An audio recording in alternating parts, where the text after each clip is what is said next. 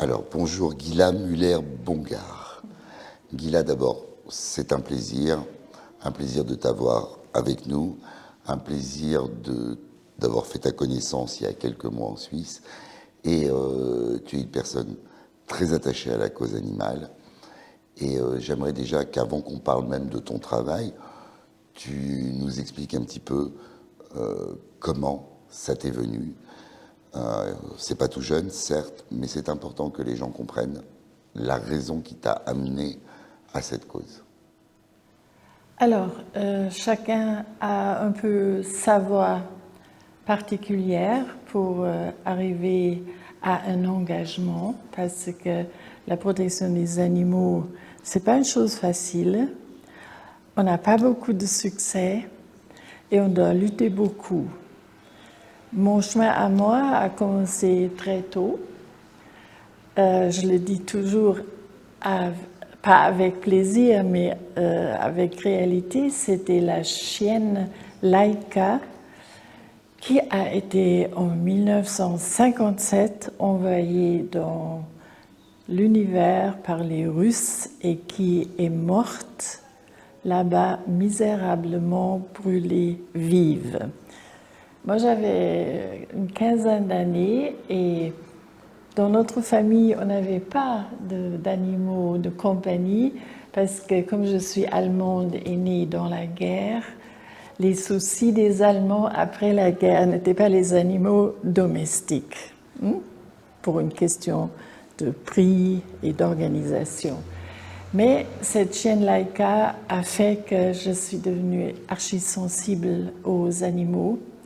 Et par la suite, j'ai fait la rencontre, Dieu sait pourquoi, d'un monsieur qui avait des chevaux. Il était tout content que je voulais apprendre à monter à cheval. Ce fut fait et à partir de 17 ans, les chevaux n'ont plus quitté ma vie. Bien sûr, je ne pouvais pas avoir un cheval à moi à cette époque-là, mais j'ai appris comment fonctionne un cheval. J'ai appris les besoins de cette espèce-là, doux et herbivore, et souvent maltraité, et j'ai fait comme tout le monde des concours hippiques.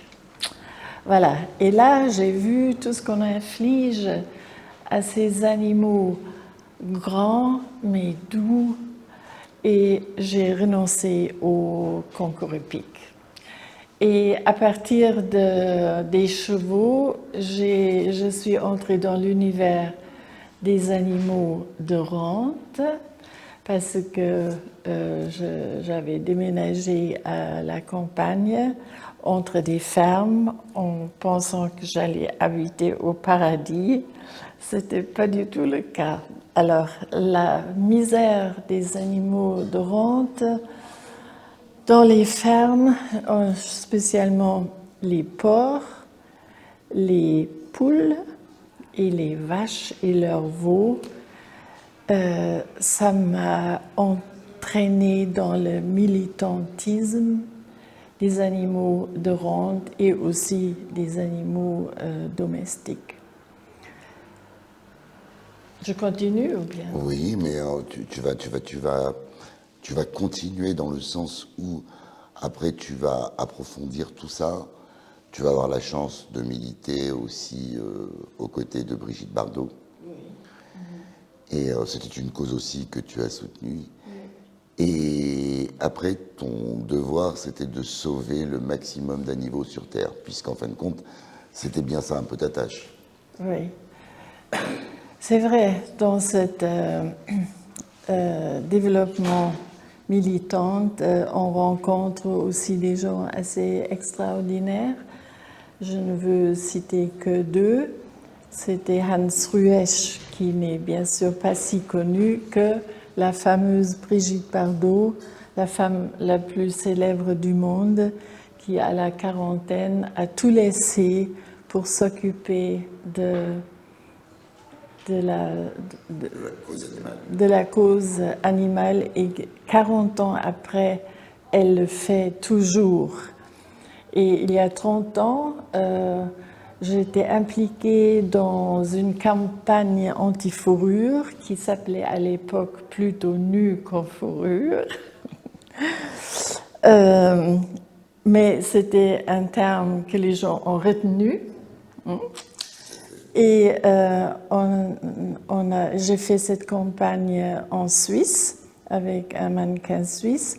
Et lorsque j'ai appris que Brigitte Bardot faisait une immense manifestation anti-fourrure à Paris, où M. Giscard d'Estaing a bloqué les routes autour de l'opéra.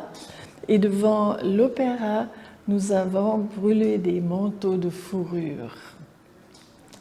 Ça n'a pas empêché les dames de continuer à porter des fourrures, mais les manteaux aussi opulentes qu'on voyait à cette époque-là avaient quand même disparu un peu. Malheureusement, maintenant, tout a été remplacé par des cols en fourrure et le nombre est encore supérieur aux manteaux dans le temps, parce qu'avec les pompons sur la tête, les cols de fourrure, les décorations, on peut prendre même un animal blessé dans les élevages d'horreur des animaux de fourrure et encore faire un petit quelque chose. Tandis que pour les manteaux, il fallait que l'animal soit intact et de bonne qualité pour faire un joli manteau. Bon, pour revenir aux animaux de rente, le militantisme dans ce créneau-là existe toujours et aussi fait par quelques associations françaises qui font un super travail. Nous, on a fait la même chose il y a 30 ans, à savoir, la nuit, de préférence, on allait dans les porcheries ou dans les élevages de poules et dans les écuries à vaches. Et on faisait des photos, on montrait dans quelles conditions ces animaux sont élevés, parce que même si on n'est pas sensible à cette manière de le faire, on ne doit pas oublier que c'est la nourriture de beaucoup de personnes, y compris des enfants. Alors un animal qui passe sa vie sans avoir jamais vu le soleil, toujours dans les pieds, dans ses excréments et son urine, sans air frais, je ne peux pas imaginer que c'est une alimentation saine. Mais ce travail-là s'est modifié aussi parce que les éleveurs sont venus très vite à la charge, ont porté plainte contre nous. Moi, personnellement, j'ai eu beaucoup de procès de diffamation et de violation de domicile. Encore que je me demande toujours ce qu'on peut violer dans une porcherie merdique et qu'on appelle un domicile. Mais bon, on a eu pas mal de procès. Entre-temps, notre statut est devenu de terroriste. La France, en particulier l'Allemagne aussi, ont changé des législations pour que les gens qui veulent aider les animaux, parce qu'on ne veut rien gagner, on est toujours perdant. Mais maintenant, on est traités comme des terroristes avec des punitions de ce genre-là, donc beaucoup plus graves. Donc, on n'a pas beaucoup avancé. Toutes les autres causes, comme par exemple les transports des animaux de rente. Et la tauromachie.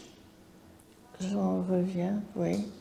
Je tiens à parler des transports des animaux parce que le nombre est inimaginable par exemple, de veaux, parce que la pauvre vache fait un veau. Quand c'est un mâle, il est engraissé et ensuite tué. quand c'est une femelle, elle est de nouveau une vache à lait par la suite. Alors les transports de ces bébés arrachés à leur mère qui peuvent aller du nord de l'Allemagne ou de l'Angleterre jusqu'en Turquie ou au Liban où ils sont encore tués sans étourdissement. Donc subitement, on arrive dans des pays où il n'y a plus une législation identique à celle de l'Europe. Et le calvaire que ces bébés doivent subir est inimaginable. Mais il y a toujours des protecteurs qui accompagnent, qui essayent de donner de l'eau, qui essayent de donner à manger. Mais le nombre n'a pas baissé, malgré le fait qu'on a apporté déjà des millions de signatures à Bruxelles pour qu'à Bruxelles, la législation est modifiée en faveur des animaux pour faire cesser leur souffrance. Bien sûr, les pays arabes ne veulent pas des animaux morts, parce que chez nous, ils sont tués avec l'étourdissement, tandis que eux, avec le couteau à vif. Et leur religion exige que l'animal est tué sans étourdissement. Donc on n'est pas au bout de nos causes. Ça, c'est des causes, au fait, on n'en parle pas beaucoup. Non plus que des vaches sont exportées en camion jusqu'en Kyrgyzstan. C'est un sacré voyage, hein. Et on ne sait pas très bien ce qu'ils deviennent là-bas. Même les Arabes, dans le désert, ont créé des étables avec à peu près 90 000 vaches, toujours attachées, donc jamais dans un pré. Il serait où le pré? Et uniquement pour que ces pays-là peuvent enfin aussi consommer des yogourts, des fromages et tous les produits laitiers. Bon, à part des animaux de rente, bien sûr, il y a des causes où nous devons admettre que nous avons, nous les protecteurs des animaux, que nous n'avons pas avancé beaucoup. Je cite en premier la corrida, qui est toujours considérée comme une tradition qu'on ne peut pas abolir. Et le résultat, c'est un taureau qui est massacré à mort devant des tribunes pleines. Un autre cas, mais il est particulièrement français, c'est le foie gras. Quand on a vu une fois ces animaux dans les cages avec l'entonnoir jusqu'à dans l'estomac, peu importe s'il y a des blessures, on s'en fout parce qu'ils sont de toute manière abattus après. Moi, j'ai toujours envie de mettre des entonnoirs à des consommateurs de foie gras. Et si, alors, on a bien compris, je crois que ta cause est plus que défendable et plus que défendue, en tous les cas par ta façon d'en parler. Mais alors, maintenant, parle-nous un petit peu. Voilà, comment tu en es venu au dessin? Parce qu'à la base, malgré tout, tu as fait de la peinture, un peu de sculpture, tu me l'as dit.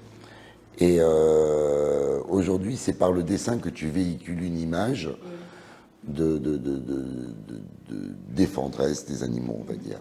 Alors, comment t'en es venu à ça? Alors, j'aimerais encore raconter l'histoire parallèle. On me pose souvent la question, pourquoi tu dessines autant d'animaux? Eh bien, c'est simple, j'ai fait dans ma vie professionnelle d'abord les beaux-arts. Ensuite, j'ai travaillé comme designer toute ma vie dans une grande entreprise suisse, Nestlé pour ne pas la nommer. Et j'avais un travail de rêve pour une femme parce que j'ai fait des emballages Nestlé, des soupes, des sauces, des biscuits, des pâtes, etc. Donc c'était très près de la réalité. Après, ma retraite, je me suis engagée encore davantage dans le militantisme. Il y a un temps pour tout parce qu'entre-temps, j'ai 80 ans et j'ai plus l'énergie nécessaire pour faire ce que j'avais toujours fait. Alors, j'ai pas repris le pinceau, mais j'ai repris le stylo électronique et je me suis remis à dessiner et à peindre, mais aujourd'hui, mes sujets sont le résultat de toute cette vie de militante que j'ai eue et c'est ça qu'on voit maintenant sur mes dessins. En tous les cas, tu nous as apporté bon, une très belle collection et puis surtout des messages très forts. Je pense que tu nous as présenté, on va pas dire tout ce que tu as dans la tête parce que comme je te l'ai dit, on n'a pas de chien et chat sur ce coup-là. Mais on a des ours, on a des abeilles, on a des veaux, des taureaux, on a tous les animaux qui t'ont touché, et de près ou de loin d'ailleurs. Et en tous les cas, c'est plus qu'un plaisir de voir à quel point tu es engagé et à quel point, malgré ce que tu nous dis de ton âge, tu restes malgré tout quelqu'un de très très très engagé dans ton fond de pensée et c'est très agréable. Oui, on peut le résumer comme ça. On peut le résumer comme ça, je pense. Mila, tu as envie de dire encore un petit mot? Il y a quelque chose que tu voudrais parler parce que on va pouvoir après diffuser. Là, on a fait vraiment un travail de fond et on va pouvoir le diffuser. Et si tu as quelque chose à dire, n'hésite pas, c'est le moment ou jamais de le faire. Oui, je sais que mes peintures, c'est pas des vendeurs parce que la protection des animaux est pas le souci numéro un de notre société. Et avec toutes ces années, avec tous ces animaux, j'ai appris une chose, c'est une toute petite phrase et elle dit c'est l'argent qui dirige le monde et toutes les autres choses doivent se soumettre. Et évidemment, en dehors des animaux, il y en a tellement de causes que, ma foi, il faut continuer. Comme fait Brigitte Bardot, il n'y a qu'une chose à faire, c'est de continuer. On est bien d'accord. Merci en tous les cas, Gila, c'est un vrai plaisir. Merci à toi et puis show must go on. Yes, show must go on. Merci. With you and me. Bonjour Alexandra. Bonjour. Alors, toi, c'est Alexandra Sedbon. Ton nom d'artiste avec un 7, le chiffre 7. Alexandra, on t'a découvert il y a quelques mois. J'ai découvert ton travail. Mais avant de parler de ton travail que l'on voit derrière nous, j'aimerais que tu nous parles un petit peu de ton parcours artistique. En quelques mots, comment ça t'est venu? Quand ça t'est venu? Alors en fait, c'est venu de manière vraiment hasardeuse. Bon, j'ai toujours aimé dessiner, je peignais pas spécialement. Et puis c'est vrai que pendant le confinement, on s'est retrouvé avec beaucoup de temps libre. Ma fille fait beaucoup de dessins aussi. Et puis un jour, je me suis amusée à dessiner sur une planche de bois des têtes de mort parce que j'aime bien ça, etc. Et ma fille un jour m'a dit, mais maman, pourquoi tu te mets pas à la peinture puisque t'aimes ça, t'es folle d'animaux? J'ai dit ouais, c'est vrai que j'adore ça et j'ai commencé en fait à faire mon premier tableau comme ça et au crayon papier et puis j'ai commencé à mettre de la couleur. Je me suis testée à la gouache, ça allait pas, à l'huile j'aimais pas, etc. Et je me suis mise à l'acrylique et après j'ai fait mon premier et j'ai pris tellement de bonheur à faire ça que je me suis dit j'en ferai un autre puis en fait après je me suis mis à faire tous les animaux avec des costumes, sans costumes. Et puis c'est devenu une vraie passion pour moi. Est-ce que tu sais que c'est une mode aujourd'hui, enfin, on ne l'a pas vraiment vécu en France, mais c'est une mode aux États-Unis aujourd'hui que de faire habiller ces animaux par des artistes peintres. C'est quelque chose aujourd'hui, on le voit de plus en plus, immortaliser un chien, un chat, des animaux de compagnie, de façon à leur donner une vie habillée en costume avec un chapeau. Et moi, c'est ce que j'ai trouvé de plus agréable chez toi. Alors, ils viennent pas réellement, enfin, ils viennent pas réellement, de toute façon, il coupera. Ils viennent pas réellement enfin, tu n'as pas les animaux en face de toi pour la plupart, mais malgré tout, tu as une image très importante de ce que tu vois et tu les imagines, et puis tu leur donnes plein de vie et plein de couleurs. Tout à fait. Donc je disais que ouais, donc j'ai découvert un petit peu ton travail, la manière dont tu leur donnais vie, la manière dont tu les couvrais de couleurs. Et moi, c'est surtout ça qui m'a plu. Et puis alors après, j'ai découvert dans un second temps une nouvelle partie de toi où on a vu des animaux peut-être un petit peu plus sobres et beaucoup d'animaux à plumes. Ouais, j'aime bien les oiseaux, particulièrement dessiner les oiseaux et les animaux comme les antilopes, les zèbres, etc.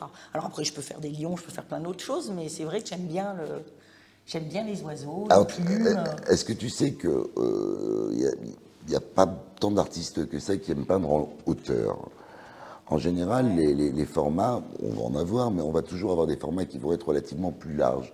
Et toi, tu t'es mis dans une collection qui fait 40 de largeur. 40-120, ouais. Ouais, 40, 120. Bah, en fait, c'est vrai que les oiseaux, bah, souvent il y a beaucoup d'oiseaux avec des longs coups. Donc en fait, je suis partie sur des choses, comme je m'arrête souvent au buste, en fait, je peux faire voilà, des flamants roses en hauteur, des autruches, des grues, Des girafes. des girafes aussi, beaucoup. Mon animal préféré.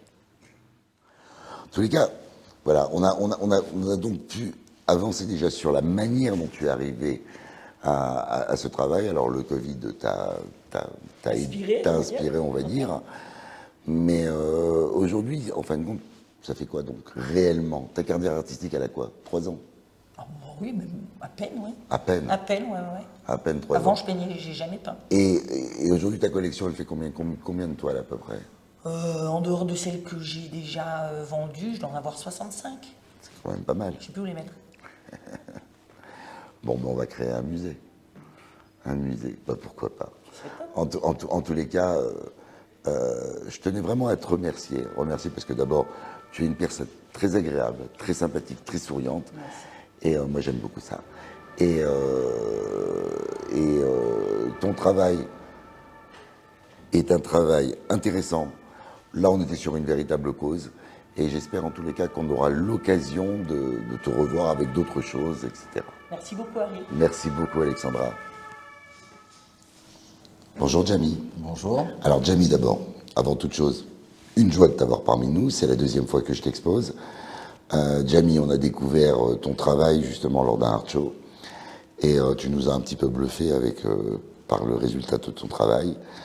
Aujourd'hui, tu es revenu avec un autre sujet, puisque là, on a vraiment attaqué la partie protection animale et des animaux que tu dépeins, enfin que tu peins, parce que tu ne les dépeins pas, tu les peins, reste d'une réalité parfaite.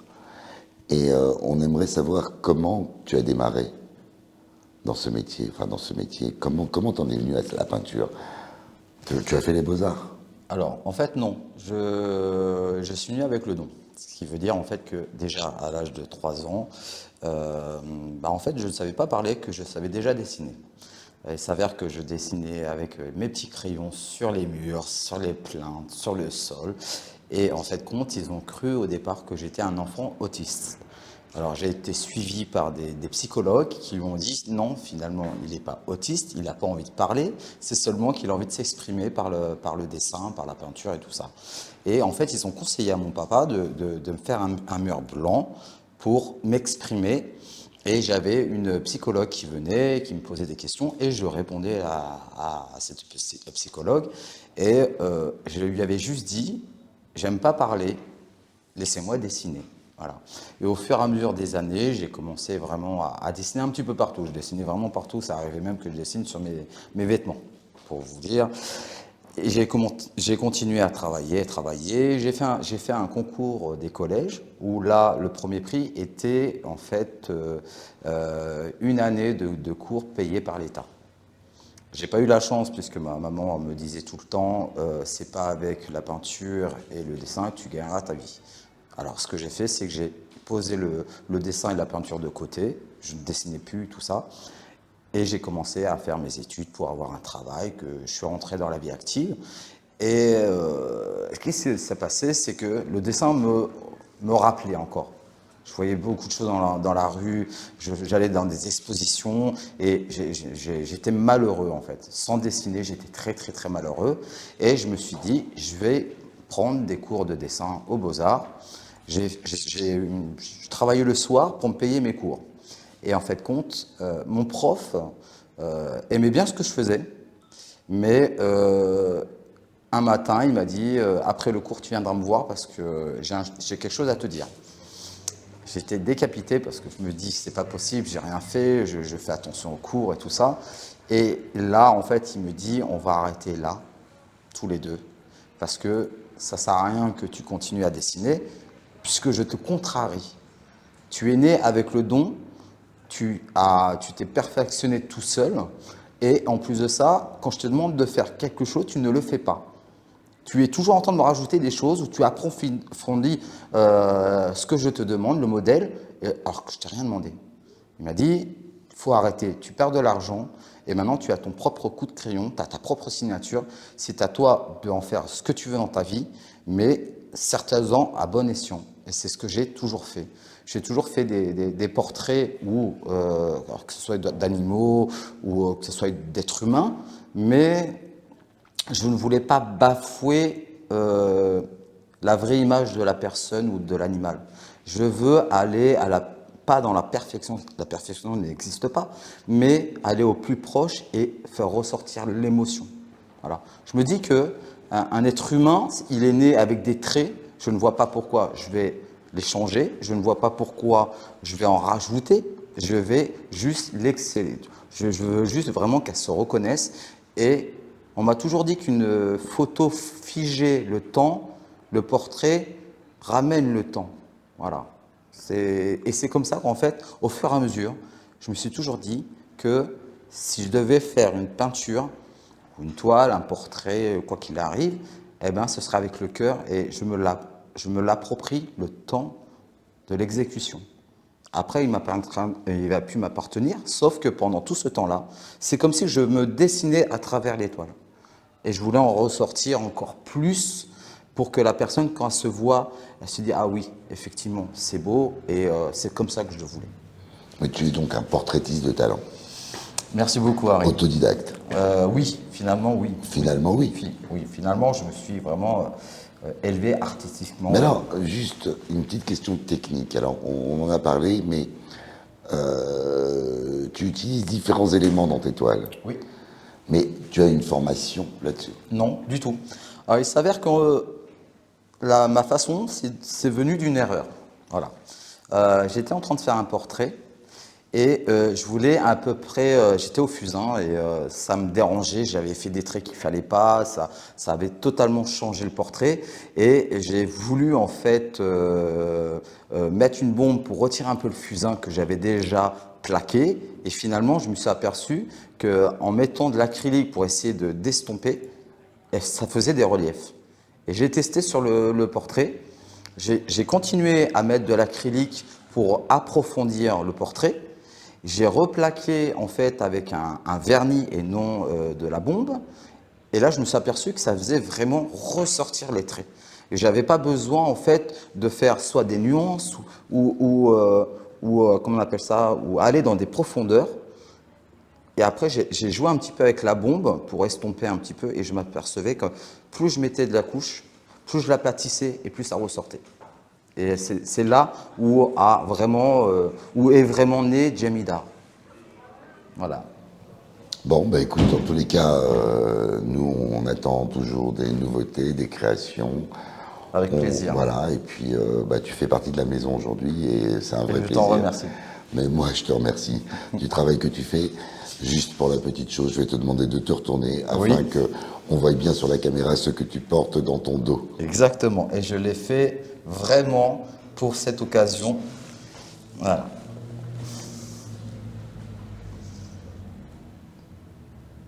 Est-ce que c'est bon?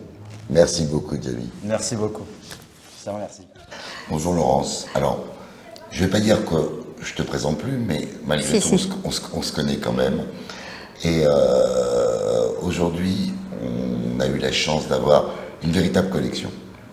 La première fois, on avait eu quelques éléments. Là, on a une véritable collection qui vont de la panthère en passant par le lion. On a notre kangourou local qui, lui, se détend sur la chaise. Et puis, tu nous as amené des éléphants, tu nous as amené encore d'autres animaux. Je veux dire, aujourd'hui, que je vois de près un petit peu ton travail et que je l'analyse un petit peu différemment, il y a un perfectionnisme, il y a des choses qui ressortent énormément. On a un petit nounours aussi qui, lui, est attendrissant. Et j'aimerais vraiment que tu nous parles un petit peu de ton démarrage à la sculpture, parce que ça fait combien d'années maintenant? Une dizaine d'années. Une dizaine d'années, et j'ai traversé des moments difficiles, et à ce moment-là, j'ai été, je dirais, sauvée effectivement par des animaux, par mes chiens, et j'ai trouvé dans leur attitude, chien ou chat, puisque j'ai la chance d'avoir les deux, tout le réconfort dont j'avais besoin. Et j'ai cherché un moyen de m'exprimer, et j'ai pris un pan de terre, et j'ai découvert une sensation physique réelle en modelant. Sincèrement, je suis totalement, donc, comme tu le sais, autodidacte. Je n'ai aucun talent pour la peinture ou le dessin. Mais par contre, l'aspect tactile me fait un bien fou. Et j'ai démarré avec un bulldog qui n'est pas ici. En fait, à l'époque, mon époux était de très mauvaise humeur et j'étais en colère. Et j'ai pris un pan de terre. Je suis allée m'enfermer dans une petite pièce de la maison et j'ai sculpté ce que je ressentais, et c'était une grosse tête de bulldog. Et j'étais la première surprise de voir que le bulldog, alors certes, en plus un bulldog en sculpture, ça a quand même des plis, ça a des reliefs, ça a des choses, donc je sais pas, je l'ai appréhendé totalement, et je l'ai offert le soir même, parce que bon, c'était de la terre, il n'y avait aucune technique, c'était un ressenti, et je lui ai dit, tiens, voilà ton portrait. Mes enfants ont été étonnés, lui-même étonné, et je dois reconnaître que moi-même, j'ai été très étonnée du résultat, et j'ai adoré. Et puis après, bon, il a eu des soucis, et j'ai essayé et je me suis mis à prendre plein de pain de terre, et justement, lui, ici présent, ce kangourou, surnommé l'épicurien, je suis tombée sur des albums photos, et sur un kangourou qui était dans cette position. Et j'ai trouvé qu'il dégageait exactement tout d'un côté, un regard sur la vie qui me plaisait. Et je me suis mise sur la table de la salle à manger à m'installer et à découper ça au couteau de cuisine, sans technique, à 2h du matin, et à réaliser cette bête. Mais qui était pour moi, qui était quelque chose dans lequel je m'exprimais, qui n'avait aucune revendication. Je ne me prenais pas pour une artiste, je me faisais du bien à moi-même. Et ma surprise, puisque j'habite toujours d'ailleurs à Honfleur, c'est que à la maison, on m'a dit, bon, t'es gentil, ton kangourou, il prend tout l'espace, va trouver un endroit pour faire joujou. J'ai pris un petit atelier dans Honfleur, et j'ai transporté cette bestiole, qui était très lourde, et j'ai continué à la réaliser. Et à l'époque, il y a un grand fleuriste à Honfleur, qui s'appelle Acanthe, qui a décoré tous les grands hôtels, qui était dans la même rue, et qui m'a dit, j'adore, je fais passionnément jardin, tu veux pas nous amener Et moi, mais c'était pour moi, c'était pas du tout. Mais en terre, ça va pas tenir, et du coup, j'ai appelé un fondeur, qui est le fondeur à qui j'ai envoyé la photo, Candide, qui a pignon sur rue, qui travaille avec Chapon. Et je lui ai dit, monsieur, excusez-moi, je n'y connais rien, si je veux transformer ça en bronze, comment ça se passe? J'ai envoyé la photo, il m'a dit, j'adore. Je me dis, vous êtes sincère? Parce que, il me dit, oui. Bon, il m'a donné le montant, c'est très très cher, les bronzes, c'est très très cher. Et j'ai une réputation. Bon, et ben, je l'ai fait. Et donc, il a démarré chez Passionnément Jardin. Et j'ai fait aussi, à l'époque, un charpé. Et avec ces deux pièces, je suis allée, une fois que ça a été fait, Passionnément Jardin, au Normandie, qui m'a dit c'est sympathique. Ils les ont mis dans leur hall. Et du Normandie, ils m'ont donné les coordonnées du Fouquet's à Paris. Et c'est comme ça qu'a démarré, il y a 10 ans, cette aventure. Une belle aventure. Et moi, j'ai découvert le goût. Mais alors, moi, je vais te dire d'un point de vue technique. Et puis après, j'ai progressé. Ben, c'est ce que j'ai. Voilà, j'ai progressé parce que ça fait 10 ans que c'est devenu aujourd'hui mon métier, que j'ai appris sur le tas, je le dis clairement, que je me suis cassé la main, que j'ai eu des fontes qui se sont cassées, que j'ai appris à faire des armatures, que j'ai appris la technique, parce qu'une fois que la glaise c'est bien, mais ça suffit pas. Et je pense que j'ai continué, comme tout travail, à faire des progrès. Et la dernière pièce que j'ai faite aujourd'hui, c'est lui, c'est le faucon. L'avant-dernière, c'est l'éléphant. Et de fil en aiguille, je progresse tous les jours. J'ai toujours pensé que j'avais encore des milliers de choses à apprendre. Mais j'adore ça. Si tu me permets un mot, c'est que les éléments de bronze, enfin, beaucoup de sculpteurs en bronze ont des pièces qui sont, je vais dire, très lisses, etc., mais qui ne rentrent pas dans la profondeur. Or, quand tu es rentré dans ton faucon, là, par contre, tu es rentré dans une complexité énorme, parce que il y a pas de zone lisse. Il y a réellement des plumes, et des plumes en bronze. Bon, la seule chose dont on est sûr, c'est qu'il ne volera jamais. Il va avoir du mal à décoller, il pèse 80 kilos, parce que justement, ayant fait chacune, et c'est la raison pour laquelle souvent les sculpteurs ne font pas des plumes ou font des choses lisses, et c'est tout simplement, non pas qu'ils ne le font pas, c'est que économiquement parlant, c'est aussi indépendamment de l'aspect technique, par rapport à la problématique que ça demande un travail énorme pour faire le moule, et un gros travail au niveau de la fonte, puisqu'en fait, chaque plume, en fait, va être un moule. C'est ça. Et donc, il n'y a pas de creux. Et alors, donc, ça devient plein. Et donc, c'est un très gros travail. Et après, c'est monté comment? Le fondeur, il fait Le quoi? fondeur, en fait, donc, les étapes, c'est un moule. Ensuite, dans le moule, d'abord, on réalise une cire. Oui. D'accord. Et donc, après, c'est monté. Donc, la fonte est directement sur la réalisation de la pièce en cire qui va fondre au fur et à mesure. Et après, vous avez... monter, après c'est le travail de ciselure. Par rapport à tes plumes et par rapport à tout ça. Ça, c'est moi qui l'ai amené compact et c'est pour ça qu'elles ne sont pas creuses. Moi, le travail de montage, la difficulté, c'est que c'est moi qui l'ai amené comme ça. C'est moi qui ai monté, c'est moi qui ai accroché avec des systèmes je les ai accrochés avec du grillage, il était harnaché de partout, mon pauvre faucon. C'est ça. Il est arrivé harnaché de partout. Et la grosse difficulté, quand il est arrivé, ça a été d'en faire le moule. Une fois que le moule était fait, c'était gagné. Mais la première réaction de mon fondeur, ça a été de me dire, Laurence, non. Et je leur avais dit, vous faites ce que vous voulez, vous mettez 6 mois dessus. Je veux mon faucon. Voilà l'histoire complète. Sachant que j'en avais réalisé un à mes débuts il y a 7-8 ans. J'étais arrivée avec un faucon plus de plumes, plus grand. Et en le bougeant, ils ont bougé la table, il m'est tombé dessus. J'ai mis la main, il m'a retourné la main. Et donc j'avais un vieux contentieux avec un faucon, et je voulais que ce faucon fonctionne. En tous les cas, le résultat, il est bluffant. Comme toutes tes dernières réalisations, je ne dis pas que ce qui est plus ancien n'est pas bluffant, mais je dis simplement que plus ça va, plus tu vas dans la technique et plus tu vas dans le détail. Et je trouve ça extraordinaire pour du bronze. C'est gentil. Et puis, à côté de ça, on a d'autres pièces qui ne sont pas en bronze, que tu nous as amenées, et dont une certaine panthère avec son petit, sur lequel je suis complètement fan. En tous les cas, je te remercie, c'est un vrai plaisir, et puis je te souhaite en tous les cas de très bonne continuation et de te revoir très bientôt avec moi. Harry, c'est moi qui te remercie. Merci beaucoup. Merci.